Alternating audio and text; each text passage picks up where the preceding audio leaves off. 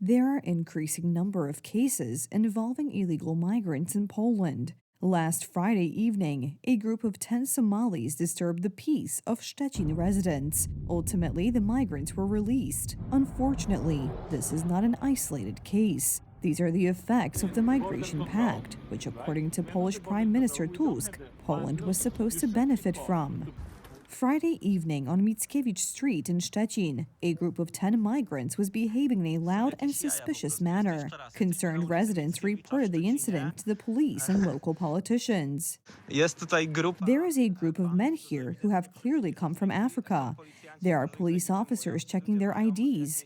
These people have some papers from who knows where. They can't even speak any English. Excuse me, do you speak English? Do you speak English? What are you doing here? Ah, you are from Somalia. There is a group of men here who have clearly come from Africa. There are police officers checking their IDs. These people have some papers from who knows where. They can't even speak any English. Excuse me, do you speak English? Do you speak English? What are you doing here? Ah, you are from Somalia. How did these men end up in Szczecin? That is not known for certain. However, there are many indications that they came to us from Germany, like many illegal migrants in the past.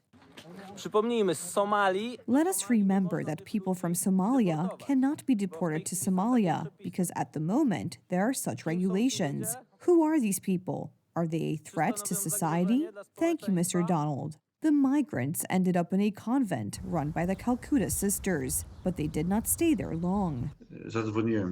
I called the sisters with an offer of help, asking if they needed any assistance. It turned out that the sisters said they didn't need any help because the migrants were no longer there. And as our journalists found out, the Somalis returned to the streets of Szczecin as if nothing had happened. We don't know who these people are. We don't know if they are criminals. Somalia is one of the most dangerous countries in the world. It has one of the highest crime rates, so they could be bandits. Unfortunately, there are many more similar cases, especially in towns located in the interior of the country. On our air, Garwolin County Administrator Iwona Kurowska reported that the border guard brought unverified migrants to intervention centers in her county. Of course, there are appropriate institutions that should deal with such people, but our facility, like many other facilities, an intervention facility, cannot refuse. The law is on the side of the border guard, which simply brings them in.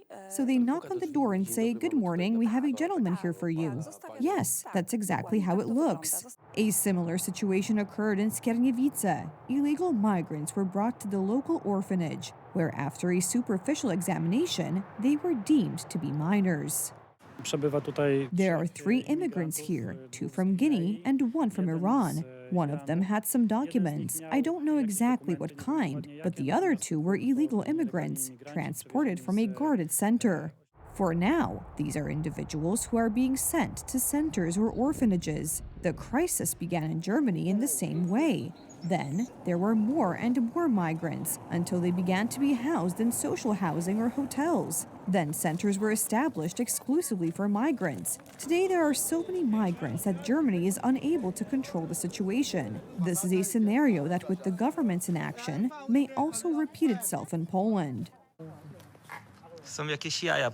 Germany is sending illegal migrants to Poland that it cannot cope with. They invoked the Dublin agreements, claiming that they all came to Germany from Poland. A special center was even set up in Eisenhüttenstadt, right on the border with Poland. In this way, through the back door, a migration pact was introduced in Poland, which was so highly praised by Prime Minister Tusk. Poland will be a beneficiary of the migration pact. These benefits are clearly visible. That is why citizens are taking matters into their own hands, as exemplified by the border defense movement. We want to control almost all major crossings 24 hours a day. In view of the complete capitulation of the Polish services, we will simply document everything and immediately inform the police or border guards that groups are appearing or that they are being pushed back from the German side. Prime Minister Donald Tusk kept telling Poles that we wouldn't have to take in any illegal migrants. Unfortunately, once again, expectations collided with brutal reality. Jest tutaj grupa panów, którzy ewidentnie przybyli z Afryki.